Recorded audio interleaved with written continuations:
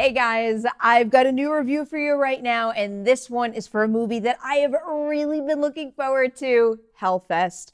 You guys know how much I love horror and specifically slasher movies, and I also have a thing for theme parks. So the premise for Hellfest is just right up my alley. It's got a group of friends going to a traveling carnival of sorts that's filled with haunted mazes, but little do they know, one of the masked characters walking around actually isn't a park employee. That individual is a real killer. Hellfest is exactly what it's being marketed as, a wild ride of a horror movie packed with crazy, pretty vicious kill scenes in those mazes. If you're going in looking for something deep or character development beyond the basics of this group of friends, it's probably not going to be for you. It's about watching this group get stalked and then picked off one by one in these wildly vibrant, very well-designed settings. And if that sounds like good genre entertainment for you, you are in luck with this one like I was. The Hellfest art department just crushes it.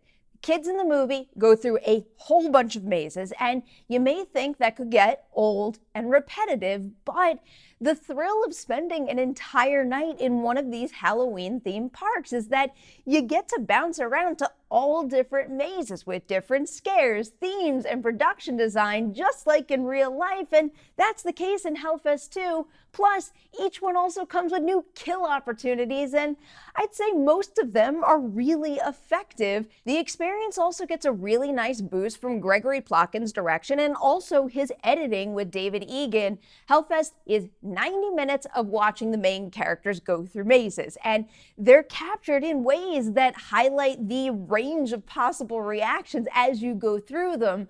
Of course, there's the suspense and the sheer terror of being trapped in one, but then there's also those moments when you can have this cathartic laugh with the characters after a good scare, kind of like when you're really going through one of these mazes. The movie is also nonstop, loaded with energy. Some of it has this music video type vibe to it, and I think that quality serves the experience overall well. And as far as the killer goes, someone here they're dubbing the other, a name that I actually don't think is ever said aloud in the movie, or at least not that I caught. Plotkin and his team are on to something. I do file Hellfest away in the campy slasher drawer, but what the other is doing here is really unsettling. There's one scene pretty early on in the movie with Amy Forsythe's character and the other, and Plotkin just forces you to sit there in this really tense moment with them. He gets you to understand why she's doing what she's doing, but also make sure you know what's about to happen, and it did make me pretty uneasy. The other also comes with a really interesting mythology that I wouldn't mind seeing explored in a future installment, be it a sequel or a prequel. As for our protagonists here, I can't say any of them really stick with you beyond the events of the film, but it is fun to watch them make their way through this narrative.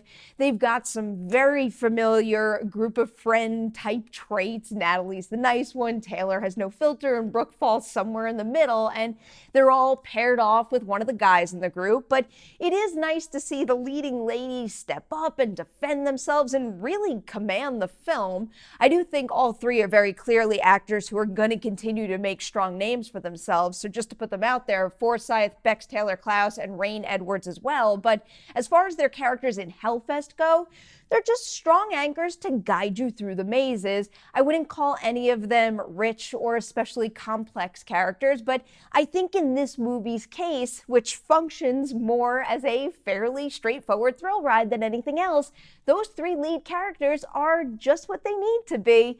I'm gonna give Hellfest 3.5 Deweys out of 5 on the Dewey Decimovie scale. Hellfest is not for everyone. If you've got a friend who isn't into horror movies, this isn't the one that's gonna change his or her mind for sure. But for someone like me who is undeniably drawn to campy slasher movies, it's a good time. So there it is, guys, my review of Hellfest. If and when you see the movie, do share your thoughts in the comment section below. And as always, don't forget to like and share this review, and I'm gonna see you real soon with more of them.